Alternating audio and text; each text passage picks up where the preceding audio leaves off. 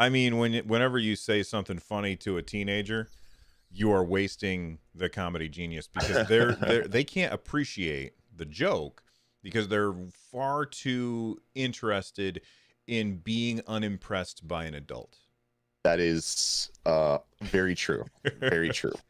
And we're live. Hey, everybody. How's it going? Happy to be here. Happy to see you guys. Look at all the people in here chatting this morning. You guys are fantastic. Ray Sherrod just joined the supporters. Should update here in a second. Thank you very much, Ray. We really do appreciate the support, man. No, Vaxer, we're not already late. Lloyd got back with at least 30 seconds of time. We're on time. Yeah. This is on me this morning. I had a 5-minute walk away that I had to do, and it took 10 minutes. And then I got back and I left my coffee upstairs. I'm like, I can't do the show without caffeine. I need caffeine this early in the morning on a Sunday. Yeah, I just got back from. Well, I didn't just get back. I get up a lot earlier than you, and so I just I got all the show notes and everything ready, and then I went down to Dunkin' Donuts and got myself and my wife. I got my wife a coffee, which is what she likes, and then I got myself sugar water. I mean, it's not really coffee. There's coffee in it, sure, but the ratio of coffee to sugar is way in the other direction. She just has like regular coffee with creamer in it, and that's it. And I'm I gotta get that flavor shot, otherwise I picture the gotta make the donuts guy coming into the back room, making some iced sugar concoction, and then having an individual dropper and putting a drop of coffee in it, just like they're making some sort of potion in like a Tom and Jerry cartoon or something. Yeah, like there's got the little puff of smoke on top that goes swirly swirl, which is the skull, a little skull thing as it goes up in the air. That's what I'm picturing. That old cartoons were the best cartoons, in my opinion. They were. Yeah. Victor says, I drink tea lately to avoid creamers. I also drink tea. I have a bunch of tea that I keep at work, and my wife got me this cool little kettle. You just walk over, you push a button, and in about 2 minutes it goes click and it's done, and then you can just pour yourself a cup of tea. And I've got a big old box of pumpkin tea that I nice. Keep in my desk at work. Is it like pumpkin spice? Like, does it taste like pumpkin pie? I don't know. It's just a little bit. It's pumpkin tea, whatever my wife got me, because she knows that I like that kind of crap, which is nice. You know, not real. I was drinking like English black tea, and it was like I really like the taste of it, but it gives me a stomach ache, and so that I say heartburn, right? Not heartburn. It gives me a stomach ache, and I looked it up, and I guess that it contains something that will give a certain percent of the population nausea by drinking the English black tea. But anyway, This is not the T-Cast. This is Stadiacast, and so we probably should talk about video games at some point. Are you ready to record, my friend? Although, Bill, you are going to talk about the T-Virus, so it kind of is the T-Cast as we get into it. Is that a Resident Evil joke? It is. Okay, I don't remember. I'm old, and I can't remember things. Let's get started. Here we go. I'm going to hit record, and here's the button. Hey, everybody. Welcome back to Stadiacast. This is the show where we talk all about Google Stadia. I'm Bill. That's Lloyd. What's going on, Lloyd? Not much, man. I got my blank packaging from Google recently, and I forgot to talk about it on the show. What is that? It's a box that has no markings on it, except if you go on the back, and then it has every language available. All right, we're definitely going to have to talk about that. I was really confused when it came in, but this is all it is. It's the Ethernet adapter for the new Chromecast with Google TV. But when I ordered the Ethernet adapter, it came in a blank box, and I'm like, well, what the hell did Google just send me? I don't remember ordering anything. And then it was like, oh yeah, I ordered that power adapter, and yeah, that's how it arrived. I haven't set it up yet, but it comes in a nondescript white box with like almost no markings on it. You wouldn't know it's a Google product if it didn't have the Google hologram right on the bottom of it. So we will definitely be talking about why that's important later on in the show. Before we get started, if you are listening to the podcast in your favorite podcasting app, and you want to check out the video show, then head on over to nerdnest.tv and click on subscribe. And then while you're there, watch a video or two and make sure you click all of the buttons because it really does help. If you want to listen to or if you want to watch the show live, we do record the show every single Sunday morning at 10 a.m. U.S. Eastern. There's usually a few hundred people here, so get on over here and hang out with us, and we always have a lot of fun. If you are here with us live and you want to support the show, first off, click on that like button because it helps YouTube know that they should recommend this to other people. And then in addition to that, you can also click on the join button. You can click on the super chat button. There's all kinds of buttons that you can help out by checking out. And, just look down below the video for buttons to click. If you if you're looking for like clothes that have like the Nerd Nest logo and stuff like that, all of that stuff is here as well. Let's start off the show the way that we always start off the show, by talking about what we have been playing. Lloyd, I'm going to let you go first. What have you been playing, man? I've been playing a fair bit. The game that I am playing the most, and it's the same thing that I've really been talking about for the last little bit, is I've been playing a lot of Terraria. Sorry, I'm just trying to get my lighting just perfect. So if you're noticing, it's perfect.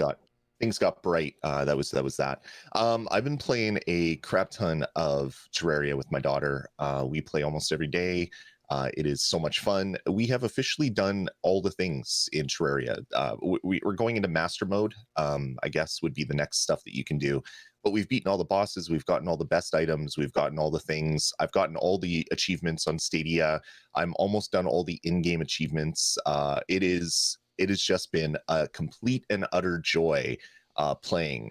In fact, the final boss, the big boss with the two hands and the eyes and the heart, I'm not going to say what it is in case anybody doesn't want spoilers.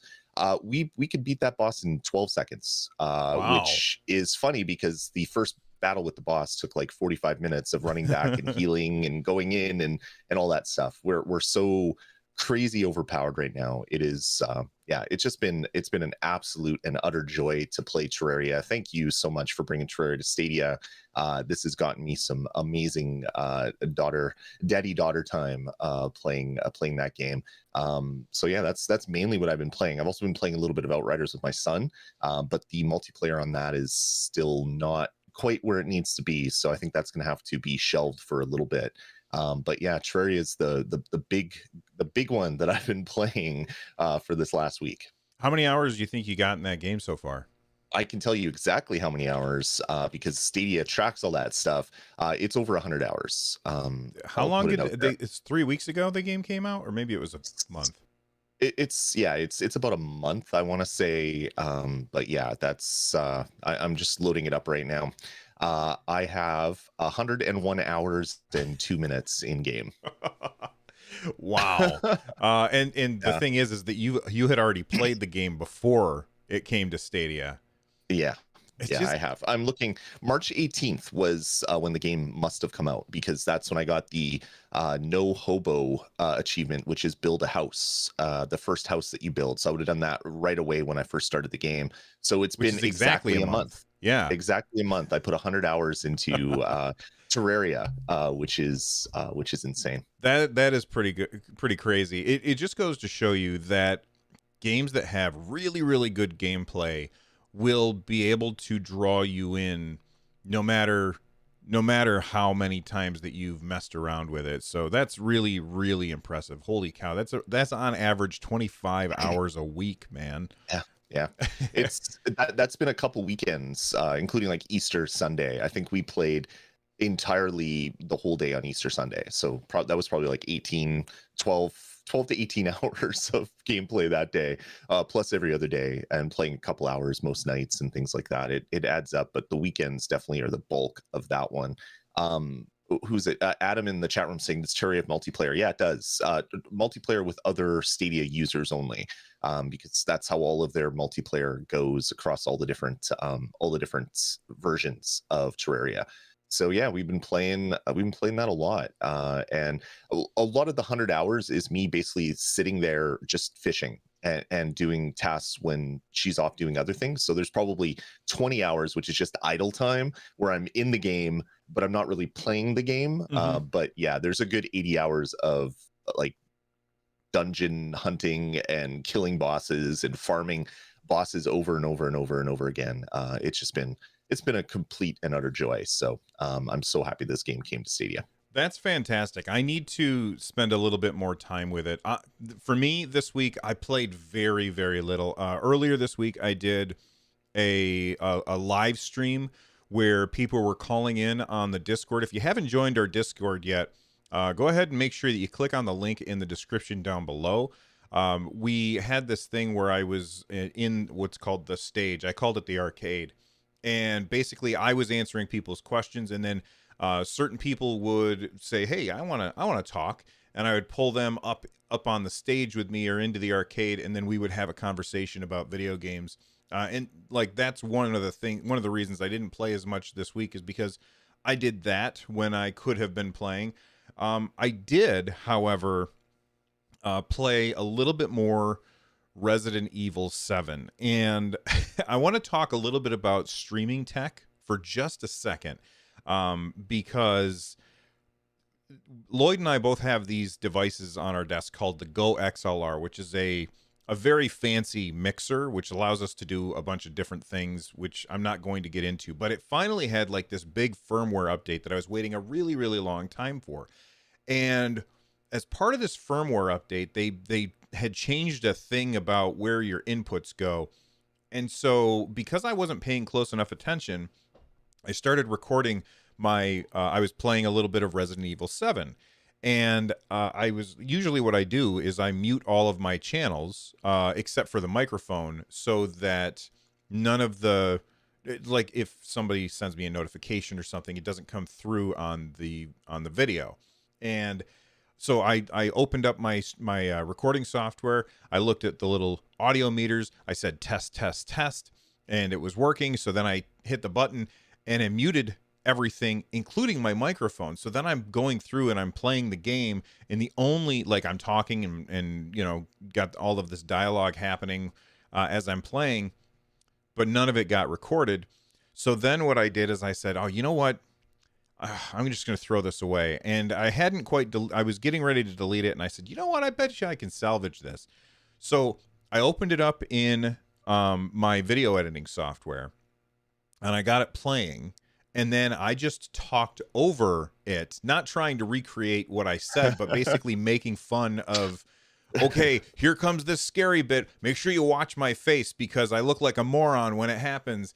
And I went through and I did that, and then I posted that, and people really liked that. But man, Resident Evil 7, that game is fantastic. Now, I've seen people saying that it takes about 9 hours to beat, and I've been playing it for probably about an hour, so I could finish this game before the next one comes out. It is possible. However, 9 hours, for me, I think is unlikely because I move incredibly slowly when I play that game. As I'm moving through, I'm like, okay, I gotta stop. I gotta look behind me. I gotta look in front of me. I gotta look behind me again, and I gotta, you know, like I'm looking in every direction. I take 3 steps and I do it all again. It takes me forever, but man, what a fantastic game! I got to the first, not really jumps. Well, I got to the first moment where they take control away from you, so that they can really nail you with what's happening. And when that happened, like, it terrified me and was awesome. And I love what they're doing with the story, and I'm not going to spoil it for you, although if you want to know, check out the video. There might be a link in the description down below. I'm not sure, but if not, you just go to the channel and you can find it.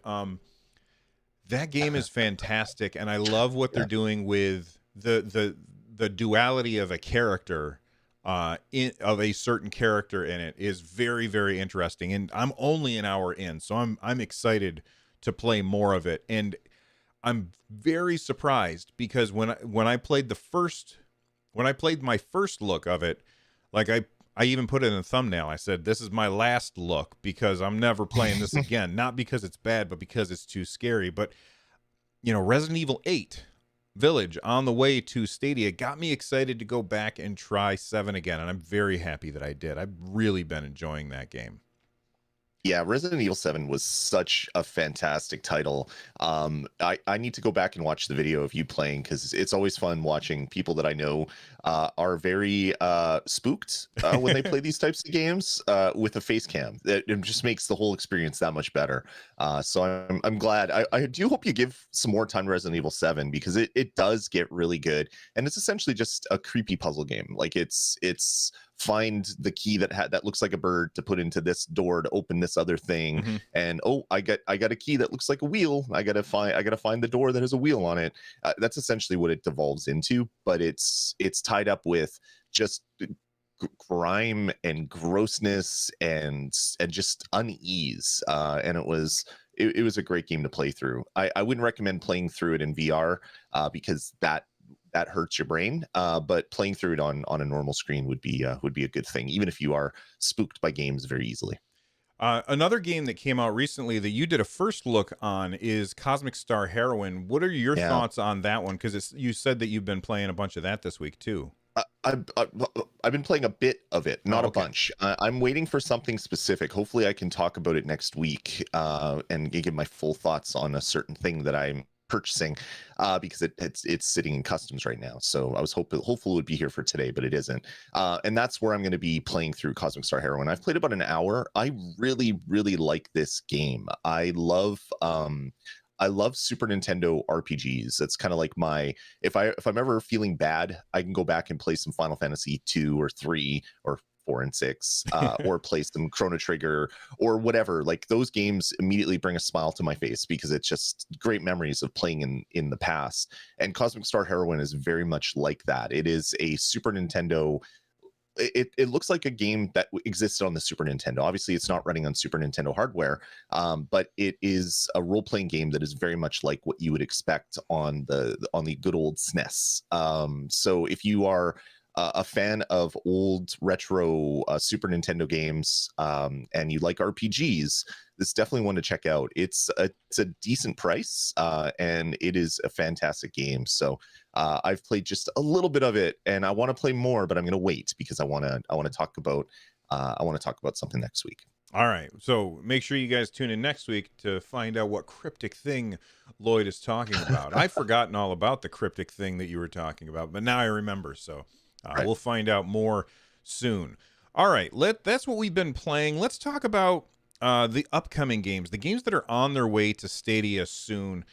Today's the 18th as we record this, and on April 23rd, Judgment is on its way to Stadia. Now, Judgment was originally, I believe it was a PS4 game, and this is the remastered version, is coming to basically all platforms, including Stadia.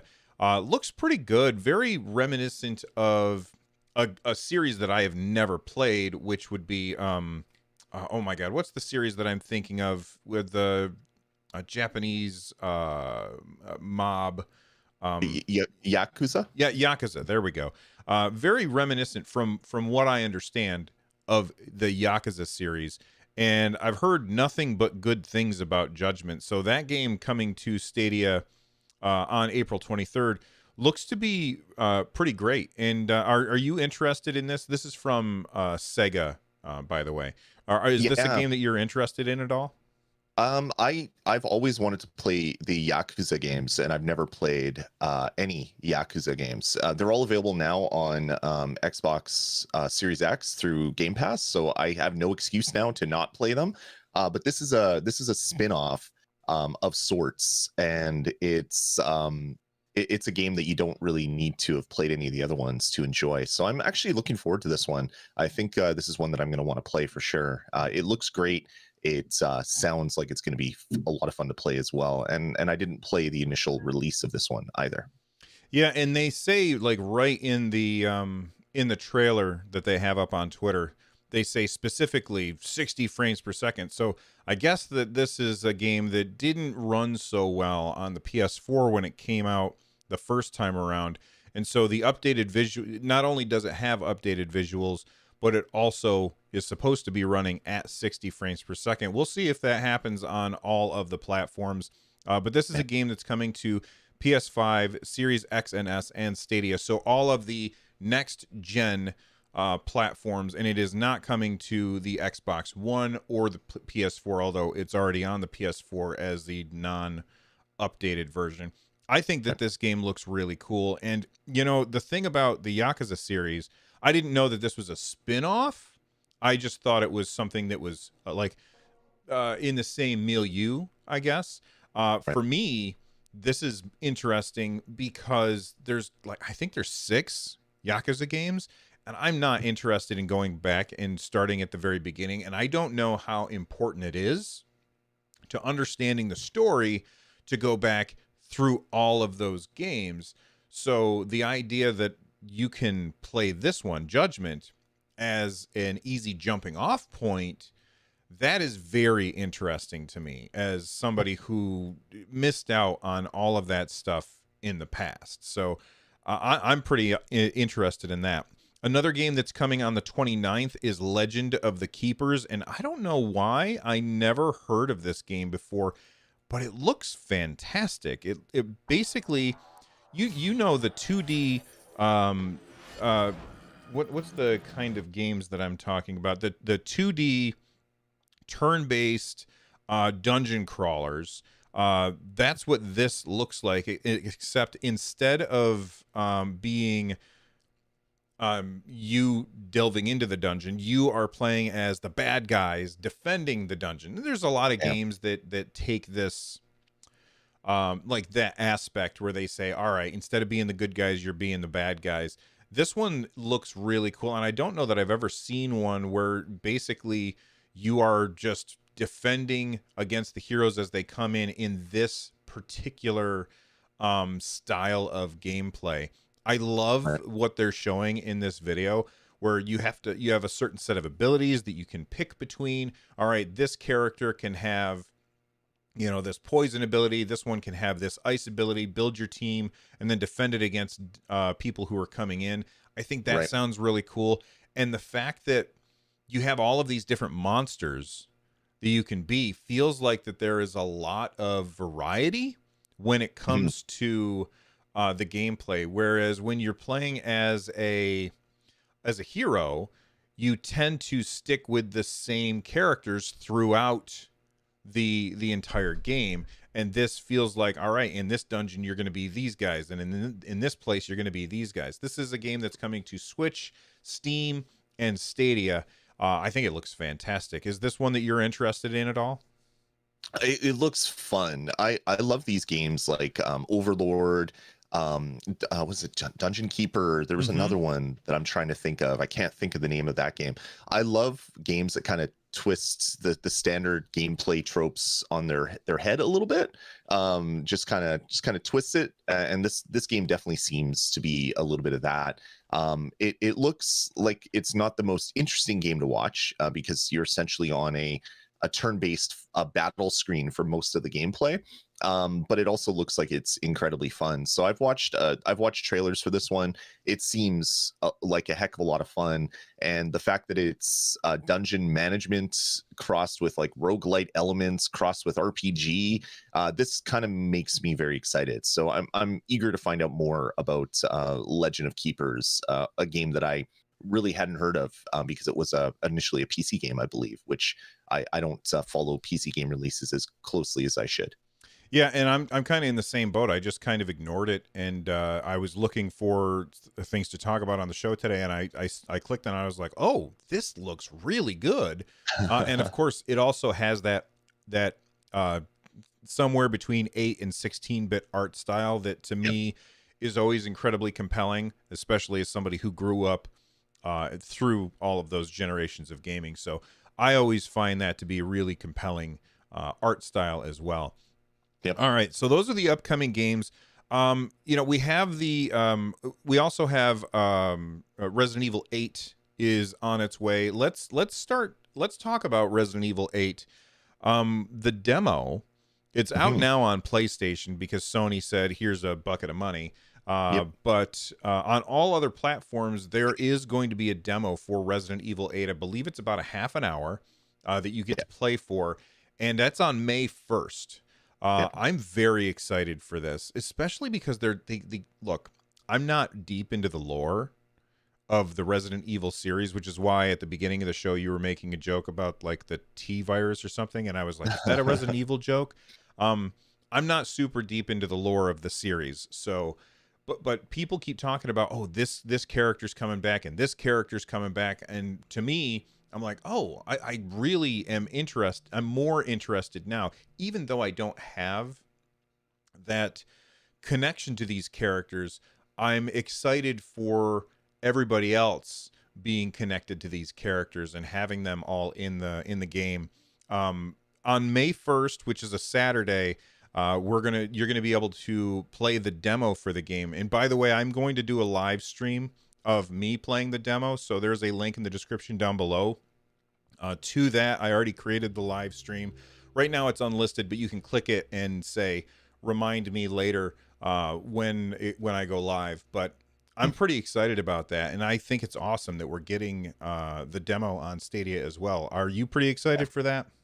I am. I really want to see what Village is going to play like. I've seen the videos, like all the release video that they've released on this game. I've watched. I'm excited for this game, but there's nothing quite like getting in there for a small chunk of time and playing through to see whether it is going to be a Resident Evil 4 game, a Resident Evil 7 game, a Resident Evil 2 game. Obviously, it's not going to be 2 because this newer. The newer style of Resident Evil games are different from that, but just to see how it controls, I'm super excited about that. And of course, if you are on all the other platforms, you have to download a demo. You have to wait for the demo to unlock. You have to delete the demo when it's done. On Stadia, you just click a link and you play it, and then when it's not available anymore, the link just doesn't exist anymore.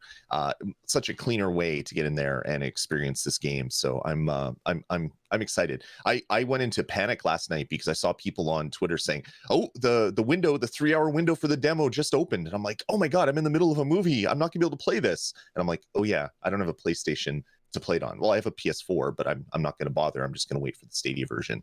But I was all panicking. I was like, I thought that was in May, and sure enough, it was. So May 1st will be an exciting day for me to jump into the world of Resident Evil Village and play the demo. And for all of you folks out there that are interested in all of the Ks and all of the FPSs, apparently it runs like Capcom has released like a chart that tells you how the game runs on all of the different platforms, which I think is awesome because there's a lot of people who do care about that. Even if I personally don't care about frame rates and Ps and Ks and all that stuff, there are a lot of people who don't agree with me and they find that stuff to be incredibly important. And I think it's awesome that Capcom is putting that information out there. And I guess on Stadia, it will be running at 4K 60, but that's with a variable resolution. So the resolution will increase and decrease depending on what's on the screen, which that's pretty common in most games these days. But for the fact of the matter is that it's 60 frames per second. That's really the most important thing because the 60 frames per second means that you've got a nice, smooth, non-jittery kind of experience. If you're curious what it's like to, if you're not sure what we mean when we say like a non-jittery experience, try out what the hell is it? Outrider? Outriders is the shooter. Outcasters is the party game. Right. Okay. The team-based game. Yeah. So try out Outriders because that has a horrible frame rate on Stadia. It's all over the place, and that's when it's real bad. Is when you have a frame. I'm fine with a stable 30 frames per second. I'm fine with a stable 60 frames per second. But when it wildly fluctuates up and down, and you're hitting 30 frames per second, and then next thing you know, you're at 20 frames per second or 15 frames per second, that is really disruptive. I don't really care so much about the difference between 30 and 60, but when it's not stable, that's a big issue. And I like that they're saying, look, it's a stable frame rate on Stadia. And I have to say, this is using their new engine. And their new engine is incredibly impressive. If you have seen any of my gameplay of Monster Hunter Rise on the Nintendo Switch, it uses the new Resident Evil engine. That is the best looking game on the Switch. and everything that I've seen for Resident Evil 8 is absolutely gorgeous. So I think that whatever they've done with this engine, it's very, very impressive. And I think that we're going to see some pretty impressive visuals coming out of that engine. Yeah, I agree. The games look fantastic. The biggest takeaway from this is the fact that they're bringing 4K 60 to Stadia is important. Most games, most newer games that have come out, if you want to get 60 frames a second, you have to dial it back down to 1080p 60. So be able to get above 1080p and 60 frames a second is going to be huge. The image that they released with other all the other consoles, it looks like PS5 and Xbox Series X are also 4K 60, but they didn't say dynamic resolution. I'd be very surprised if they didn't use a dynamic resolution just for things where there's a lot of explosions or a lot of things happening on screen, but they didn't say that. And they did say it for Stadia. So it'll be interesting to see how that all kind of plays out. The demo will tell a lot of tales for sure about what the final game is going to look like. So I'm really excited to jump into that demo and see what it will do. They also did say that if you turn on ray tracing for the PS5 and the Xbox Series X, you end up with 4K, but it drops down to 45 frames per second. Obviously, for some people, that's super important. For me, I'm not super interested in that, but I'm happy that they're being really, really transparent with that. Yeah, I wish more developers did that, so that people didn't have to do like the pixel counting, which isn't entirely accurate, because if you're using a dynamic resolution, 1 second to the next, you could have a vastly different resolution. So if you're doing pixel counting on a variable resolution game, you have to take snapshots from all around the game, not just the first 5 minutes of the game. You have to take snapshots of different scenes, different things, and then kind of average them all out to see what the highs and lows are. Having developers come right out and tell you that is definitely the better way for things to go. So hopefully that is this is the start of something that we get more of on Stadia. I'd love to see that. I would like it more across the entire industry. Honestly, I think that would be better.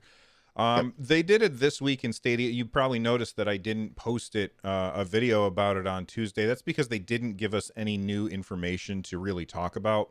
So I'm just going to remind everybody that Floor Kids and Darkside Detective were the games that they were talking about on This Week in Stadia. Then they mentioned the Stadia Pro deals, which I'm opening up right now to see if there's anything that jumps out as a really, really good deal. The problem with this is I'm signed in, and so the games that I own, I can't see how much they cost, which is always frustrating to me. But if you take a look, you got Assassin's Creed Origins for $12. The deluxe edition is $14, so obviously you would go with then you go with the gold edition is $20. I have to say, Ubisoft games are always on sale, like all the time. They're always on sale. I cannot imagine paying $60 for an Ubisoft game. If you just wait 15 minutes, it's going to be on sale. They're always on sale. Anything in here that's jumping out to you as a game that people need to pick up while it's on sale? Not really. Just the fact that all these are available on Ubisoft Plus. If you are in the US and you have access to Ubisoft Plus, you could just jump in and play it for your $15 or whatever it is for Ubisoft Plus. It's not available up here in Canada, so I haven't really looked into it. I mean, Ubisoft Plus is the Stadia version of that, isn't available in Canada yet. But if you're looking for a game that you want to own, the Crew Deluxe Edition is on for $20 Canadian. I'm not sure what that is in US, probably $15 or whatever. The Crew 2 Deluxe Edition, I think you just scrolled right past that. So that is a fantastic game. It's a game that I jump into every once in a while just to fly around and do a couple races. It's a fantastic title, and to get the deluxe edition, which comes with a bunch of unlocked boats and cars and trucks and bikes and you name it, for free, and planes, of course, or not for free, but without having to unlock them in game, makes it just is super easy to get in there and experience the awesome visuals, and then bounce out when you're done flying around. That's right. Speaking of things that are on sale. Now, I don't know if this is available in other areas, but right now the Stadia Premiere Edition is on sale, $30 off.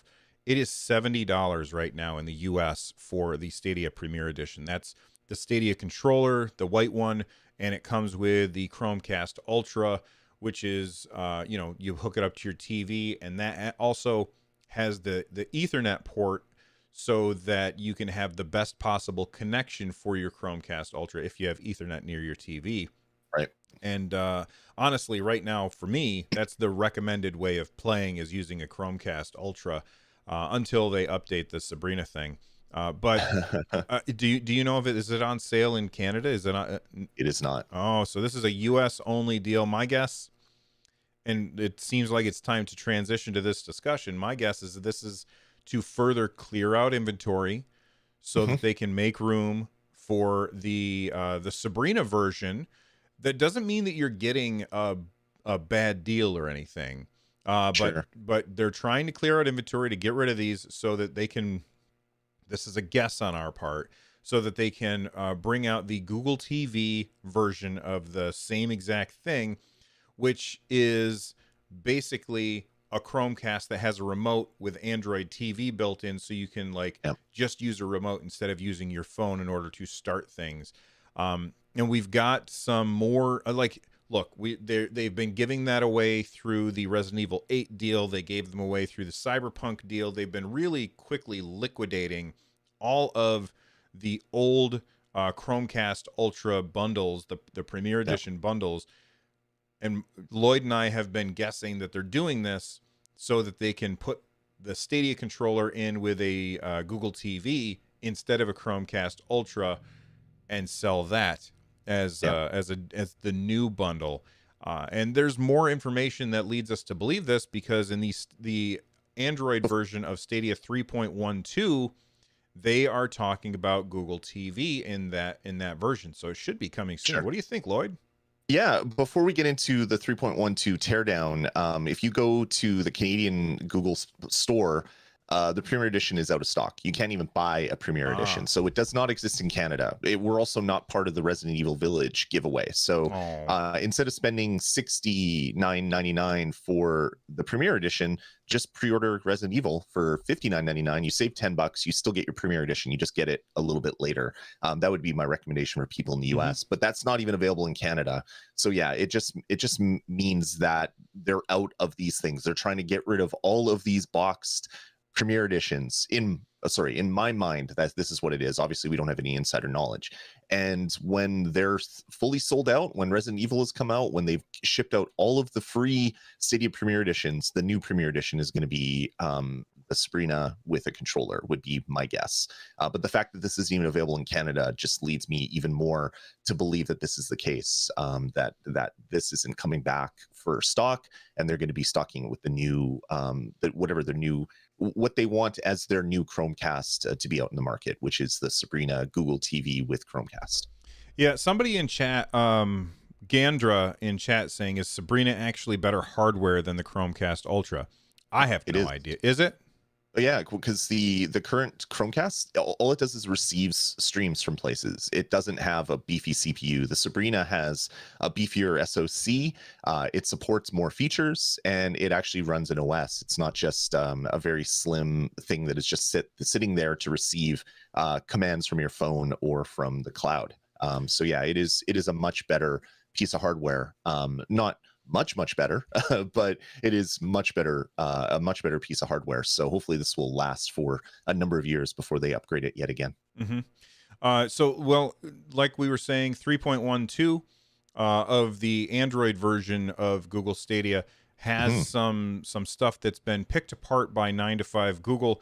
And one of the things that they have to say in there, they find like error messages and things like that that are programmed in, and then they find that stuff. And it says here, your Stadia controller won't open the Google Assistant when you're playing on a Google TV. They also say for Google TVs, use the remote to access the Google Assistant, which first off, that's annoying. I think that that's like the wrong way to go about it. If I have a thing in my hand that has the button to do Yep. that, let me just use that button. But okay, I'm not going to complain. Yeah, it's probably a limitation. This is probably for actual TVs that have Chromecast built into it, or Google TV built into it. So not the new Android TV devices that will support the actual physical button. This is probably older hardware that is hardware limited.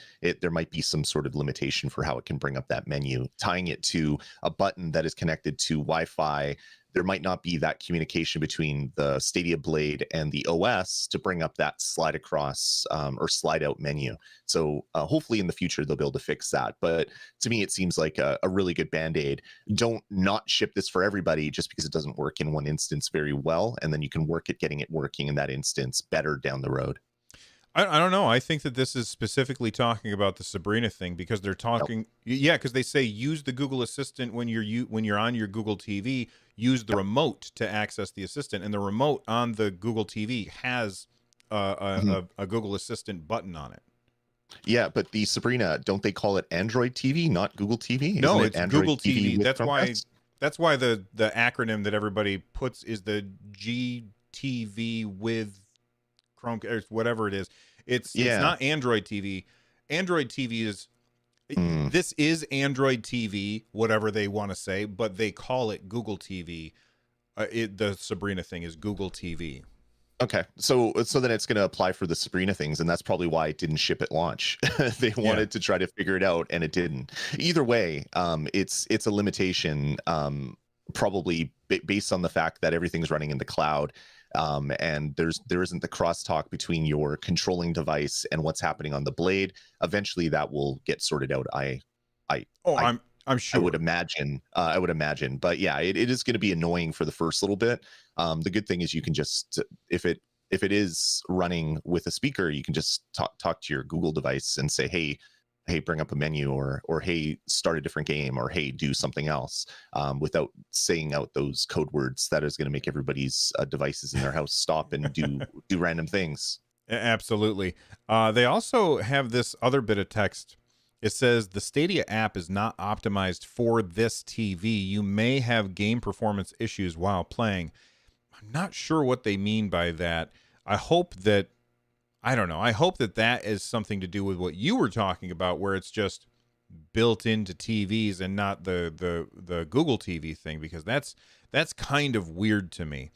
They also talked about that another thing that they uncovered in this version is that it seems like they're updating the rewards that you get for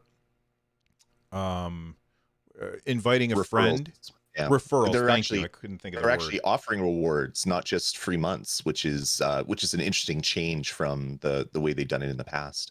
Yeah, so you can refer your friends to get rewards, and I guess based on the number of people who you've invited, you will have different avatars that are available to you.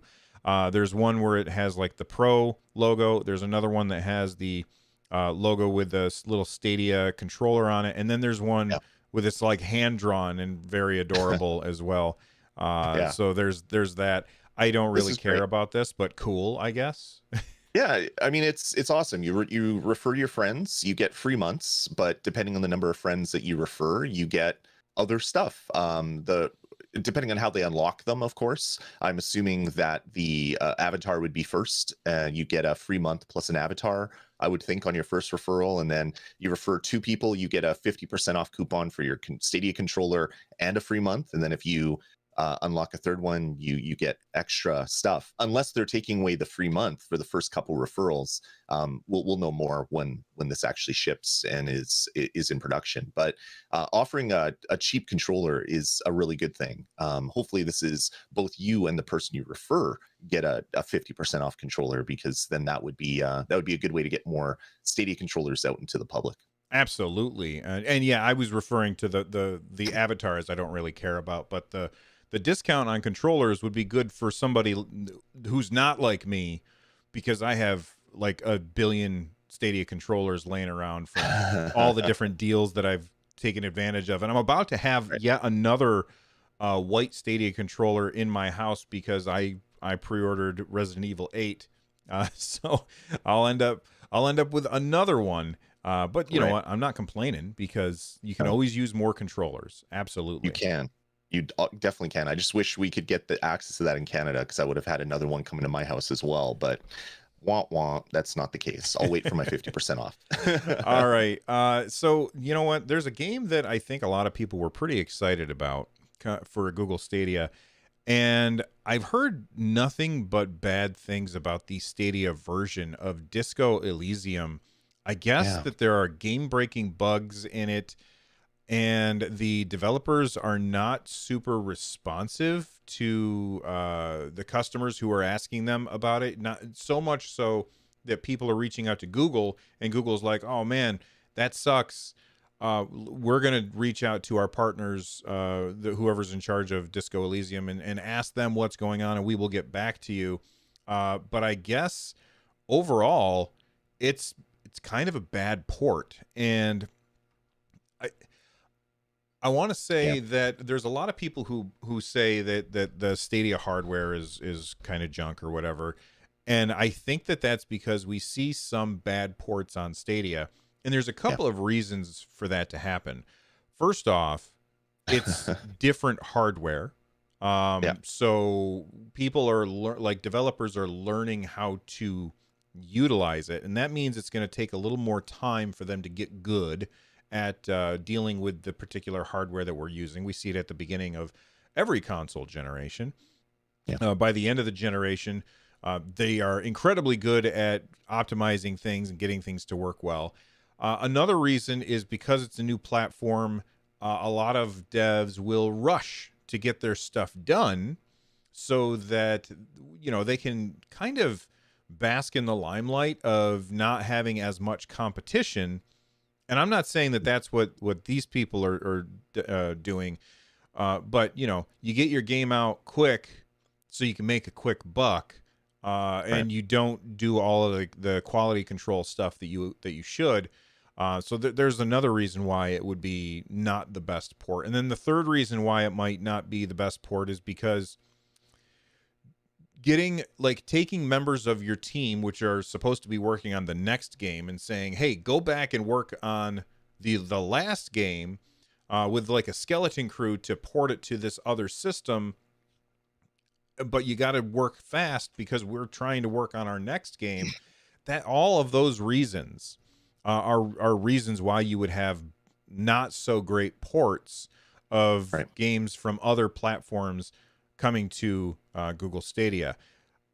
The idea that this has game-breaking bugs is pretty bad, especially because some of these game-breaking bugs happen after the 2-hour mark, which means that Google, like right now, you can return a game if you played it for less than 2 hours, Hmm. but now you have, like, it's super easy to do. You just click a button and you get your money back, and Yep. they pull the game out of your inventory. You can't do it quite as easily if this game breaking bug happens after that 2-hour mark, and that's kind of a problem. What do you think about this, Lloyd? I know that you were kind of excited for Disco Elysium, Yep. and you've held off, right?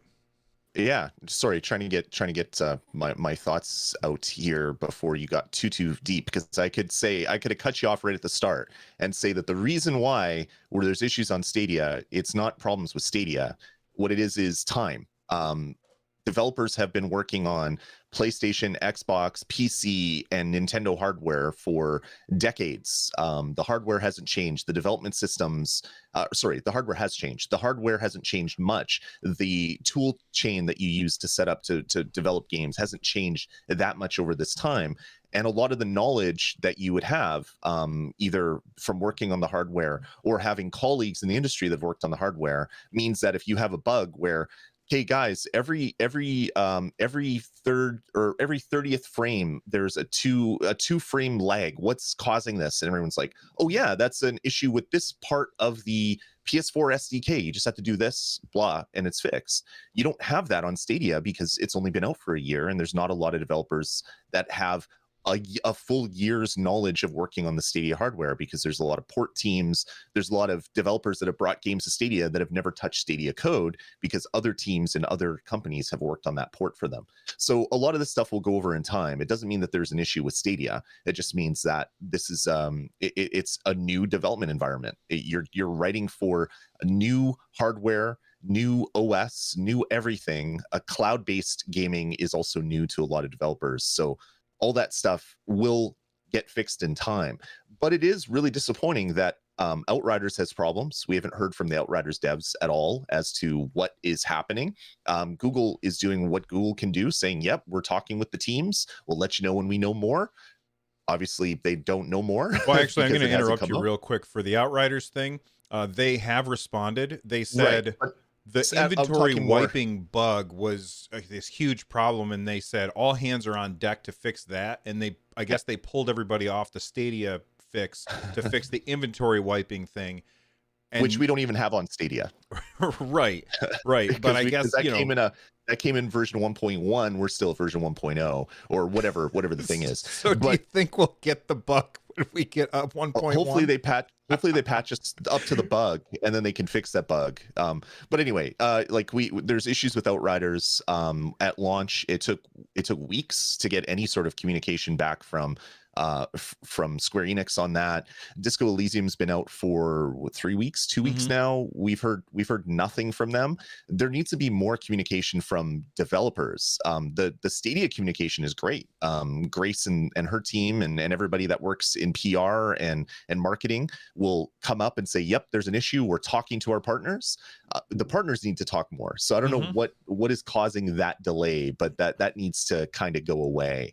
And hopefully when that happens, a lot of these issues will just disappear. But time will take us to the point where we'll stop having so many of these issues with games at launch. Like shipping with a game-breaking bug in this day and age is just unbelievable to me, because there's game testers, there's process to make sure that this doesn't happen. But I'm assuming that some of these ports aren't going through a full QA, a full QA release like they would for the initial releases on other platforms. Right, because they already went through all of the QA, so maybe the devs or the publishers are saying, well, we already got all that stuff. Now that it's running, it should be fine. They push it, and they don't realize that they've introduced like all of these new bugs because they're on a new platform. They should have done better QA.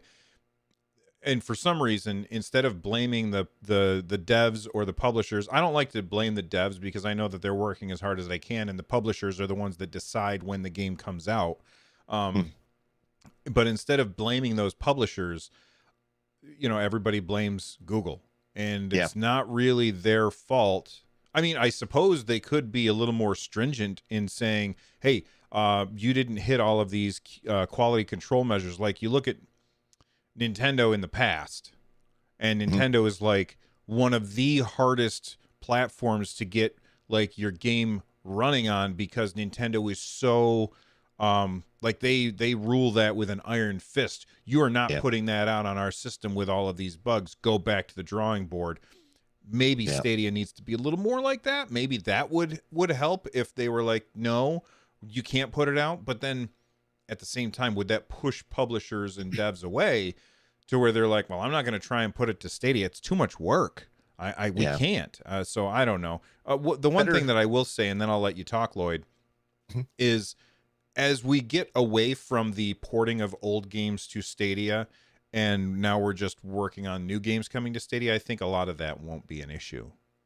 Yeah, hopefully there's going to be a lot more development done in parallel instead of the afterthought where they get the initial engine running on Stadia, then they wait for the game to go gold on other platforms, and then they receive all that data and do the port and make sure that it's running. It would be nice if, like what Nintendo does, they do something called lot check, where if you want to submit your game to the Switch store, you have to submit it. It gets approved, similar to what Apple does or Google does on their mobile stores, where an app is made sure to run. I don't know if that isn't done as stringently on Stadia, and maybe that needs to change a little bit. But I just, for me, it's the communication. If there is an issue with your game and people are asking questions, and being silent for 2 weeks just looks so bad from the publisher. And then people are then taking that issue with the publisher and putting it on Stadia's doorstep, where it really isn't a Stadia issue. It's a game that is on their platform, and of course they're really excited about getting it working, and they're really keen to talk to the developers. But if the developers and publishers aren't coming out with this is what's happening, we're on it, we're planning a patch in a couple weeks, but we'll let you know more, if they're just being completely silent, it looks bad for everybody involved. So I hope we get a lot less of that as kind of the months and years go on here on Stadia. Yeah, Super Jeff in chat says the Outrider performance issues are not acceptable from a big dev like Square Enix. Look, I don't know if Square Enix owns People Can Fly, but People Can Fly is the devs. Square Enix is the publisher. Just to make sure that just to clear that up. But as far as I'm concerned, it's not acceptable from any dev.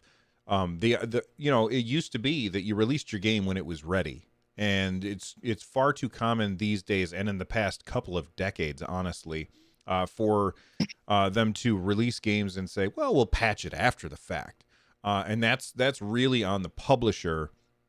And what I like to pejoratively refer to as the suits, the people who make the decisions, who don't do any of the work. They make these decisions, and then the devs are like, well, okay, I guess we'll hit that date, but it's not going to be the way that you want it. And that's the kind of thing that is always a problem. Anyway, moving on from that, I do hope that game gets fixed, because I've heard nothing but good things about the game. Just the port is not so hot. Yep, definitely.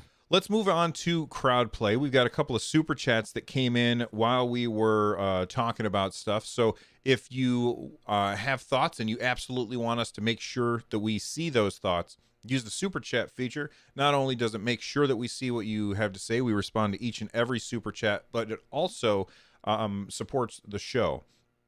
So the first one came in. Well, first off, Olafur Arison became a member, so thank you very much for that. But then Andreas Newman sent in a super chat. They said, shouldn't Stadia sell some games as individual apps on the Play Store? Another entry into Stadia. People know what FIFA is, not Stadia. Nintendo is selling cloud games like that in a 10-minute trial. So I'm not sure what you mean by the Nintendo part, but when we're talking about putting something on the Play Store, like if it's on the Play Store and people are like, they're looking for a game to play, and then suddenly they see FIFA on there, or a better example would be like Red Dead Redemption, because I don't know if there's a version of FIFA on Android or whatever, but there's definitely not a Red Dead Redemption on Android. And if they could just look through their phone and they see Red Dead Redemption and they're like, what the hell? I've heard nothing but fantastic things about this, but I don't have an Xbox or a PlayStation or a PC. And now I get the chance to play this game. Bye. And what they don't realize is that they're playing on Stadia. Of course, you have to make sure that you are upfront as far as, hey, everybody, you need a really solid internet connection to do this. But I don't think that that's necessarily a bad idea. What do you think about that idea, Lloyd? I don't think it's a bad idea at all. I think that would be good. The basically what Andreas is saying is take an app like Red Dead. Well, it's not an app because it's running in the cloud, but we'll say you take an app, you say that it's wrapped up in a Stadia wrapper. So when you buy it, you're just buying a push to start this game on Stadia linked to your Google Play account. That would make total sense. The only issue would be, like you said, Bill, letting people know what they're actually buying. They're not buying a game. They're buying a streamed version of this game that you have to have always online. There's data requirements. There's all this other stuff. So they'd have to pop up the proper warnings and things like that. The only other issue that I could see is when you then take an app, say let's use Cosmic Star Heroine as an example. You take the Stadia version and put it on the store and it's $15, and then you look at whatever the Android version and it's like $3. How would you sell the Stadia version when there's two versions on the store? So there'd be a lot of kind of sticker shock issues you'd have to go through, because people are used to paying nothing or very little on mobile devices. So there'd be some education that has to happen there. Obviously not the end of the world, but there's just another thing to note. But yeah, I think the data requirements would be the would be the issue.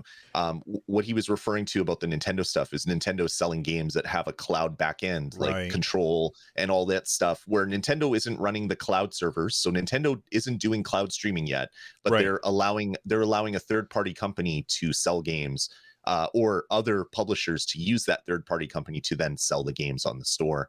But they say data charges may apply. You need to be always online. You're not downloading this game. Nintendo's very upfront with that on their store. So as long as Google is the same, that would be a great way to get a lot more of the Stadia games, knowledge of those Stadia games rather, in front of other people that are already using Google Play all the time. And you know, one of the reasons that Apple said you can't put the Stadia on iOS was because they wanted to be able to do like a rating for each game, because basically on iOS they have like an age rating that is recommended on every single app that is on the App Store. That would allow Google to do that as well. If they could put out Red Dead Redemption 2 on iOS through Google Stadia, and it would also, like, I don't think that they will, but they could. And what do you think is better for Google, to be able to sell those games on iOS in the App Store and in the Play Store, or just making sure that everybody's kind of in the Stadia app when they want to play a game? What do you think is better for Google? Well, for Google, definitely not having individual apps on the iOS App Store would be a benefit, because they don't want to give Apple the 30% cut, Right, and then they 30%. take another 30% cut, right? Travi J in the chat room says, why do they have to do that when it's a known fact that you need Wi-Fi for Stadia? They shouldn't have to state it again. And this is in regards to us saying that they need to have warnings if you buy an app on Android. Well, it's not widely known that you need Wi-Fi for Stadia. It is if you're a Stadia user. If you go to stadia.google.com and you read through all the terms and conditions and you know about what you're signing up for, of course you know it's for Stadia. But if you just see Red Dead Redemption on your phone, you don't know that it's coming from Stadia, even if it says powered by Stadia, because the world doesn't know what Stadia is unless you're knowledgeable about the market. So no, they definitely need to have warnings. Otherwise, people are expecting to download Red Dead to their phone and play it while they're in the middle of the forest somewhere, which isn't going to work. So no, they definitely need warnings, Travi, because not everybody knows what Stadia is. This would be a good way for them on Android to further I don't know, shed light on the existence of Stadia, but I don't think that same thing would work on other stores. Like on iOS, giving up 30% to then take another 30% might be too much for Google or the publishers to do. Yeah, and I will say that you just gave me a great idea for like a sponsored video for like Jablinski Games, of Jack Black riding through the woods on a horse playing Red Dead Redemption 2 on Google Stadia on his phone at the same time. Like, Google, That'd be great. that one's free. Just go give Jack Black money. And, you know, I wouldn't mind a cut too, since it was my idea. All right. Moving on to a question from Anthony Talcott. He says, really liked the Discord, the arcade chat room you guys set up. Makes it easier to listen while working. Also, really like the raised hand to speak feature. Should Stadia do the same for a live stream? I'm struggling to understand what they mean by should Stadia do the same. If I'm playing with people, like if I'm playing a game with some friends, I don't need them to raise their hand to speak, because like we're all playing a game together. It makes a lot of sense for the Discord arcade thing that I was doing, because I don't necessarily know what people are going to say, and it gives me a chance to really more control the environment. It also means that not everybody's talking at the same time. You've seen me and Lloyd interrupt each other a couple of times in this show, just because there's a slight delay when you are talking. And on Discord, you can't see each other. So even like there's a lot more interruption that happens when you can't see each other, and there's a slight delay because people hear they think Bill, like Lloyd thinks Bill is about to finish his sentence. I'm going to jump in with my thoughts so that there's not dead air. And then he jumps in, and I still had a little bit more to do, or it goes back the other way. So I don't know that Stadia should do the same for a live stream, but I'm glad that you enjoyed the arcade because I had fun doing it, and I'm going to do more in the future. What do you think, Lloyd? I think obviously I'm not going to speak for Anthony, but I think what he's talking about is the when you're doing live streams and you're doing like crowd play and you're bringing people into your game, having kind of like a hands up and having like a little view that you would see that Anthony wants to get in your game, Lloyd wants to get in your game, and these five randos you don't recognize want to get in your game, and then you could just click one or the other to bring it in. That would be a great feature. So okay, now I understand. For when I'm on YouTube, not for he said live stream, and I thought, well, we're streaming Stadia, so it's always streaming. So he was talking about playing games. Yes, that makes total sense. I think that would be great as a feature for streamers, giving you the option to do the exact same thing that we do with crowd play, but having the raised hands. Anthony gets a cut of that, Google. That's his idea. Give Anthony a cut, and then he'll use it to buy all of the things because he buys all of the things. But thank you very much for the support, Anthony. You are awesome. And then speaking of support, Sukotronic, just like clockwork, sent in a super chat as well. Man, you guys are fantastic. I really do. We appreciate you.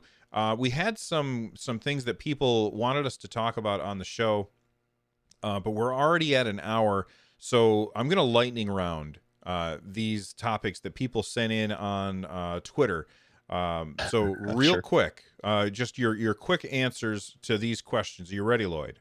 I am. All right, here we go. F1 2021 coming to Stadia or not? I assume it's coming to Stadia. Why would it not come to Stadia? It's been announced for every other platform except for Stadia. I would think, like we've seen this so many times in the past, where Stadia doesn't get the little logo on a trailer, and then 3 weeks later we find out that it is coming to Stadia, and it's a trailer that is on Google's YouTube or Stadia's YouTube channel. I would think there would be something like that, but until it's announced, you never know. All right, why no native 4K 60 with Resident Evil 8? Because I'm assuming that the hardware on Gen 1 blades isn't up to speed with the hardware that is on the PlayStation 5 and the Xbox Series X. All right. What do you think about Stadia communication? Is it better than it used to be, or what do you think? Stadia's communication is perfect, almost perfect. When Google has a problem and they address it, when their PR people get out and put out the news, the blog releases that have been coming out instead of once a week, multiple times a week, is fantastic. Now there needs to be some work between publishers, developers, and their communication for stuff that is released on Stadia. That needs some heavy work based on Outriders and Disco Elysium as things that have happened recently that have said that this is an issue. All right, I agree with everything that Lloyd said. Then we have Ricardo Batho asked, what happened with the Mafia series announced way back when? That is an incredible question. It was announced forever ago, and it's been silence. What do you think? Is it coming? I hope it's coming. I really want to play the Mafia games over again. I loved Mafia 1 when I first played it. Playing a remake of that or a remaster of that would be fantastic. All the Mafia games are fantastic. I don't understand why they would come so quickly to say that it's coming, and then we hear crickets after that. So I don't know, maybe that the project's been canceled. Hopefully the publishers will clear that up at some point. It's not Google's responsibility to clear that up, since they're partnering with the developers that are bringing that game.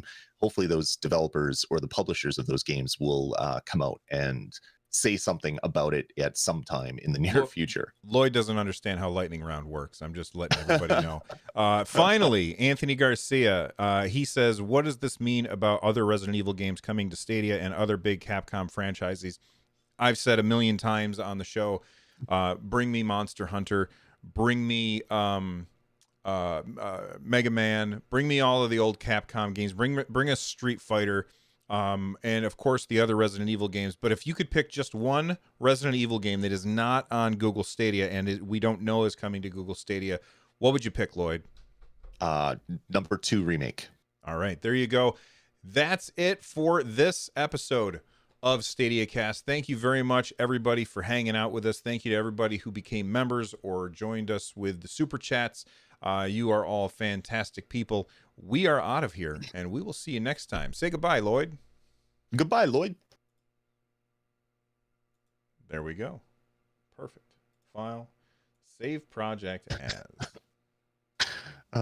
What is this episode? What? Stadiacast what? 106. 106. It's you. tough to lightning round when you've wanted to say so many things in previous segments, and then you finally get a chance to say something, and then I say too much. So that's my bad. What? I'm just picking on you, man. I should have been more lightning-y. I was less lightning-y, more thundery, because thunder lasts longer than lightning. Was I talking too much in the rest of the show? Not really. It just there was some points that I wanted to interject, but I didn't want to cut you off. Oh, okay. Well, there you go. All right. Yep. People are saying Resident Evil 4, bring on Mega Man, Street Fighter. 4 would be great. 4 would be great. I want to play the Resident Evil remake though. So I want to play it, but I don't want to play it on PlayStation. So I want to play it on Stadia. So hopefully that gets announced and comes out, because I really want to play that one. Up until I played Monster Hunter Rise, I would have said bring Monster Hunter World to Stadia. But now that I've played Monster Hunter Rise, I can never play Monster Hunter World. The addition of the wire bugs, which allow you to be incredibly mobile, has completely changed the game for the better. It is incredible. And I know you're not a Monster Hunter guy, but I can never go back to... What's that? You're making up words again, like flies and line casting and all the other stuff. You're just making up words. Wire bugs. It's a thing. You're confusing me. You're trying to confuse me. I don't believe anything you're saying right now, Bill. Lloyd, I'm telling you right now, if you play Monster Hunter Rise, you will like it. I'm not buying another Monster Hunter game. There's I've a demo. bought everyone.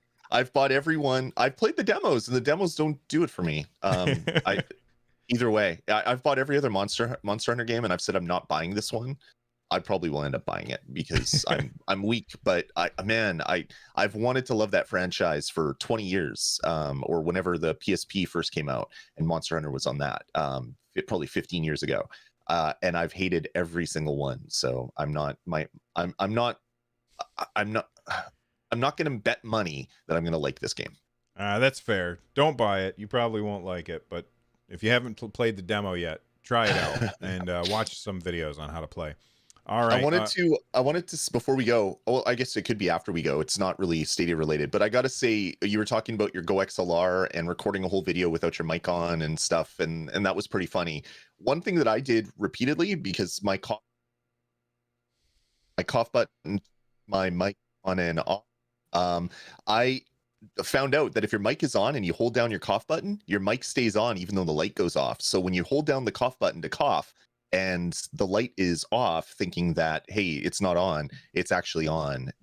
And I coughed in people's ears on the last Nintendo Pulse a few times. So my apologies to anybody that is listening to Nintendo Pulse. So it's a toggle, which we know. Well, you can set it up to either be a toggle or be a hold down. You have the choice. Just so you know. But as a toggle, it doesn't actually toggle until you release. I didn't know that until now. Which is an issue. I want it to be a toggle, but immediately toggle off when I hit the button, not having to let go of it. Because I'll take a big swig of water, and then you hear the really gross gulp sound if I don't toggle it off, because I'm so close to my microphone that it picks it up. If I'm back a little bit, you would never hear that, but because the mic is like right at my throat area, you hear the swallow. So yeah, having that thing, it's annoying. So I just wanted to more warn you, Bill, that if it's set to toggle like I have it, it's not really toggled till you let go of the button. Well, this just in, Lloyd's gross. You heard it here first, everybody. All right. Nice. Thank you very much for hanging out with us. If you have not already, click on the link in the description down below for my Resident Evil 8 demo stream, which is going to be happening on May 1st on Saturday, I believe at like 11 a.m. my time. I'm not sure.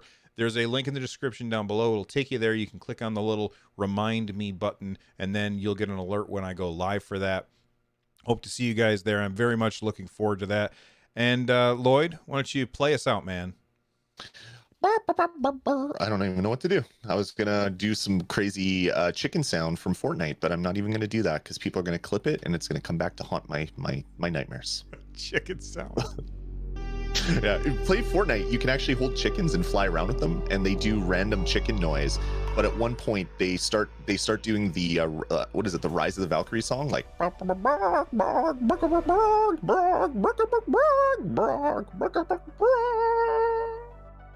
It's gonna totally get clipped.